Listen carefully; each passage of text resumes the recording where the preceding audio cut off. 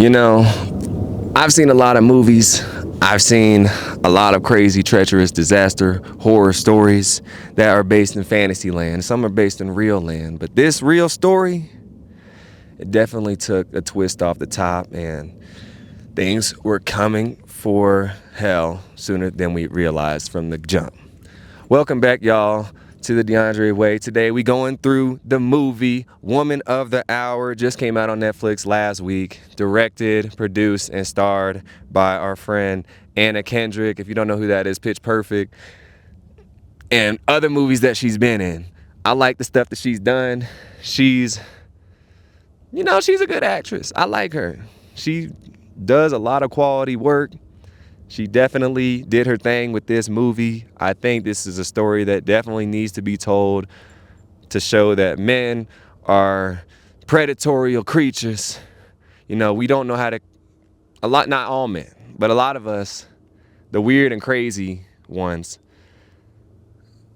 they don't care about anything. They just want to get what's theirs and do what they need to do with anybody and don't care what happens to them, don't care what scars that might leave them. And these predators are everywhere in the country. They're in Wyoming, where this took place. They're in sweet Colorado, where I'm at right now. We in the woods, up in the mountains. They could be in your backyard. And I live in New York City. I feel for all the women that live out there. They have to watch their back more than most.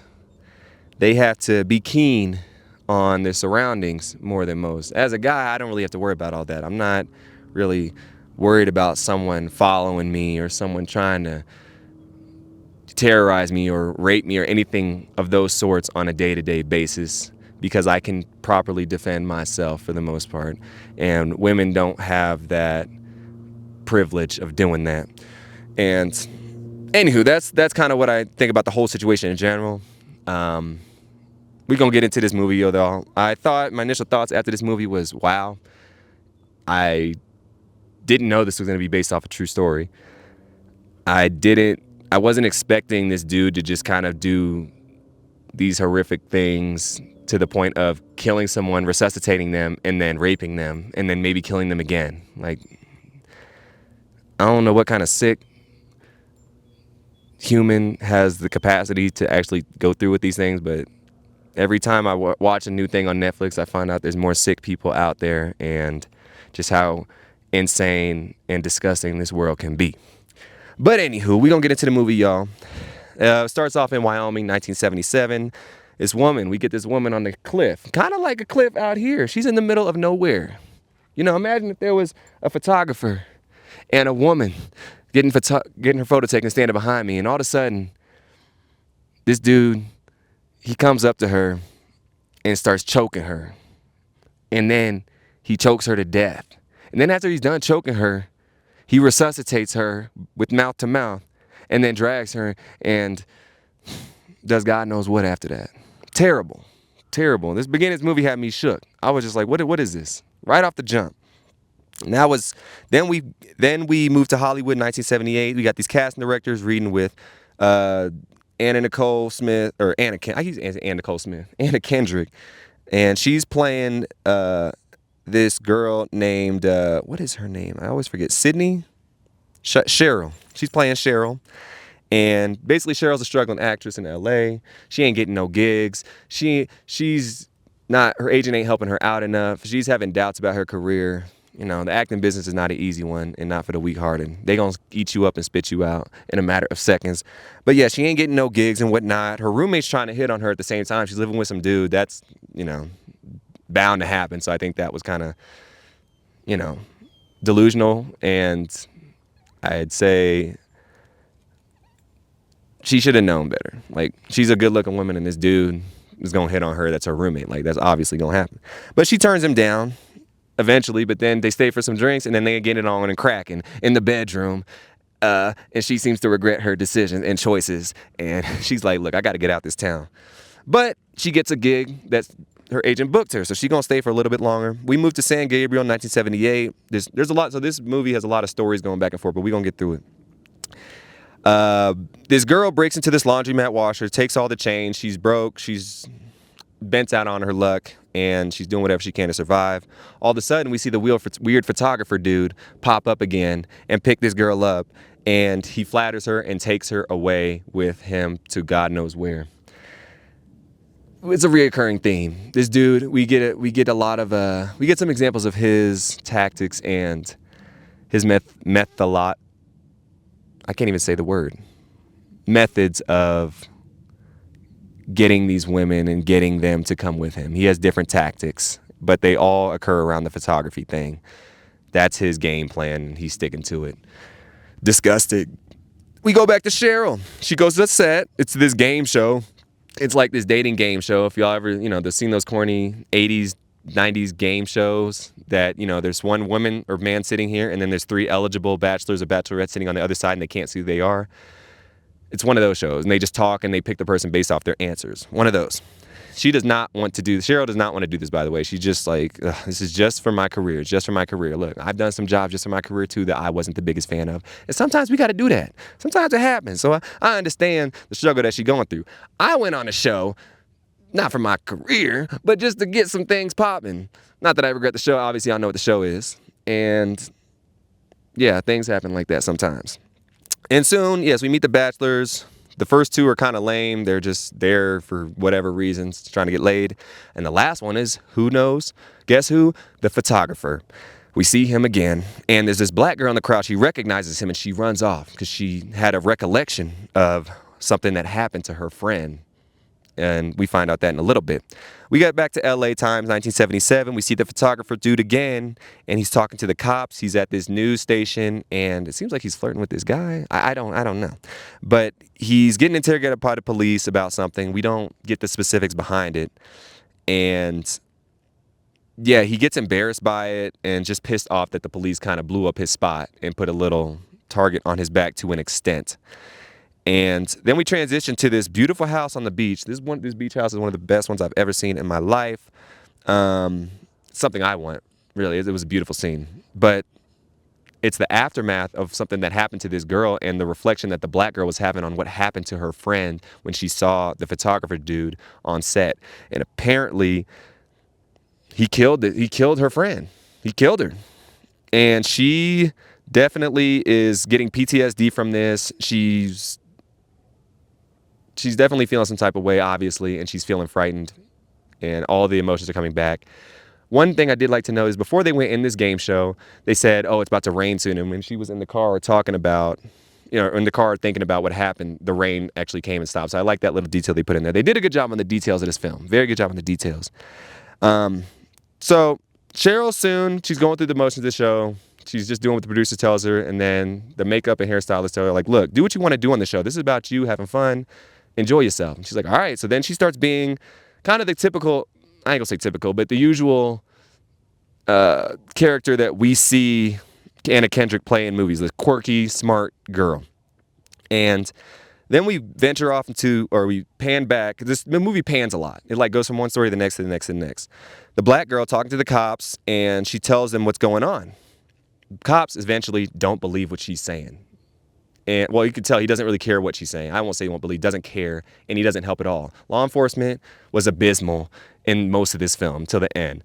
Law enforcement did not help. They didn't believe her, and he lied to her, basically. Not shocking, knowing the U.S. system. And so we get back to the game show, and we see guy number 2 and guy number 3 start talking shit to each other. They're like, oh, I'm going to get the girl, and guy number 3 is like, no, you're not. I'm taking her. And guy number 3 is cocky. And he eventually pulls out a picture of this girl that he bound and probably did some other things too to scare off number 2 guy and kind of freaked him out. And number 2, when he got eliminated from the show, he warned Cheryl to be careful of guy number 3, the photographer. And so soon the show ends. Cheryl obviously picks the photographer because he gives the best answers through the show. The game show was kind of just goofy to me. I mean, it helped the storyline, but she picks him because he gave the best answers. And we get back to the photographer and the girl that he ran off with, that he picked up, the girl that was stealing the coins from the laundromat and ran off. And he got in his car and they took off. We get back to them too. and he drove her off to the desert to do a photography session. And he has her like do these poses and then look up to the sky, and she's looking up like this, and all of a sudden he comes behind her and boom, he does a cheap shot tackle on her. And yeah, he basically messes her up pretty bad. And then we go back to the game show, well, post-game show, and Cheryl is walking with the photographer guy to go get a drink. They go get a drink, and she's talking and whatnot. He's trying to flirt with her, and she could just sense this dude is kind of creepy. She's like, look, player, I don't want no parts of this. And she even hints to like the waitress, like, look, I don't want no more drinks. Like, get me out of here. Help me out. And she actually does give her a solid and be like, look, we're closed. We ain't serving no more drinks. We ain't doing none of that. And so she's leaving.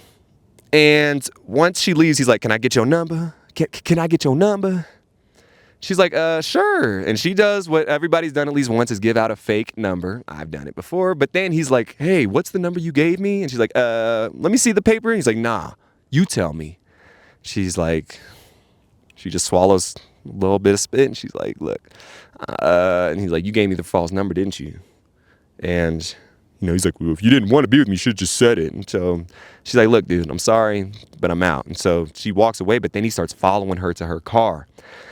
And when she's walking faster, the tension's getting high, is getting real tense and serious. And so she gets to her car, and then he meets her at her car, and eventually he's going to get down and dirty. He tries to get down and dirty, but then she's saved by these other guys walking out this shop, and, you know, they can see them clearly, and if he does anything, he's screwed. So she eventually gets away thanks to that.